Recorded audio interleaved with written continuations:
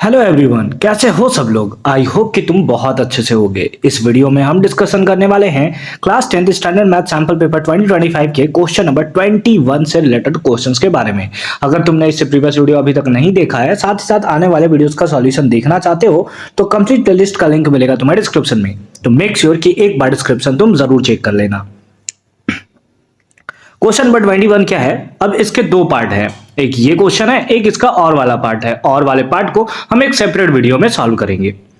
Question number 21 दिया है कि एचसीएफ एंड एलसीएम, है ना, हमें क्या फाइंड आउट करना है, एचसीएफ फाइंड आउट करना है और एलसीएम फाइंड आउट करना है किसका, 480 और 720 का, यूजिंग प्राइम फैक्टराइजेशन मेथड।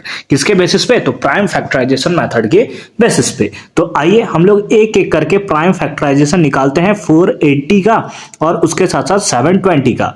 2 के टेबल में अगर इसको कैंसिल करो तो 2 के टेबल में ये कैंसिल होगा 240 टाइम्स में, फिर 2 के टेबल में कैंसिल करो तो ये कैंसिल होगा 120 टाइम्स में, फिर 2 के टेबल में ये कैंसिल होगा 60 टाइम्स में, फिर 2 के टेबल में ये कैंसिल होगा 30 टाइम्स में।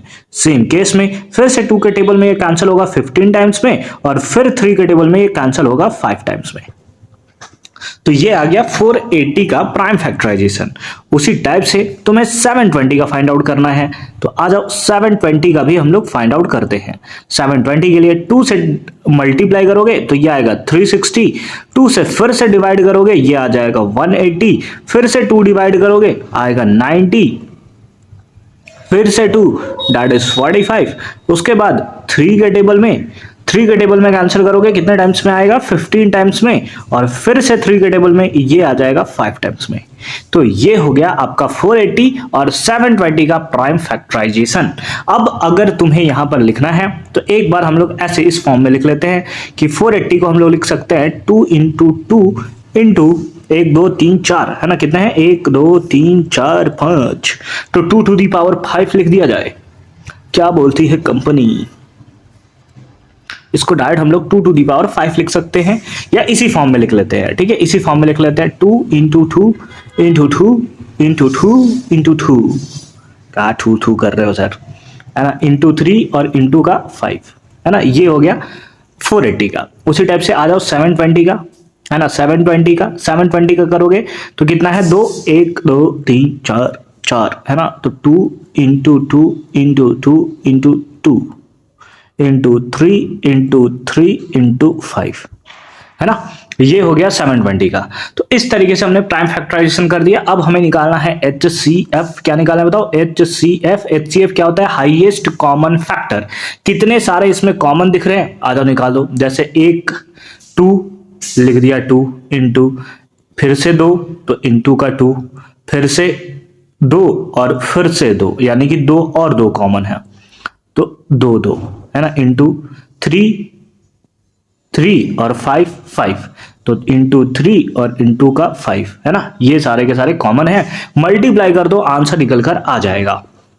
जैसे 5 3 जा 15, 15 2 जा 30, 60, 120, 240, तो आंसर कितना हो गया 240 is the right answer of this question. ये तो रहा HCF के बारे में।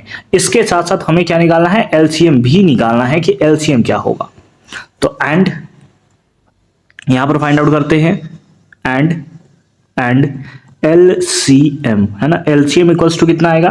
तो LCM सबसे पहले जो कॉमन है उसको एक बार लिख लो, है ना, जो कॉमन है उसको पहले एक बार लिख लेते हैं। तो ये वाला पार्ट हमारा कॉमन है सारा, HCF वाला पार्ट, तो उसको एक बार लिख लेते हैं, जो कि होगा कितना 2,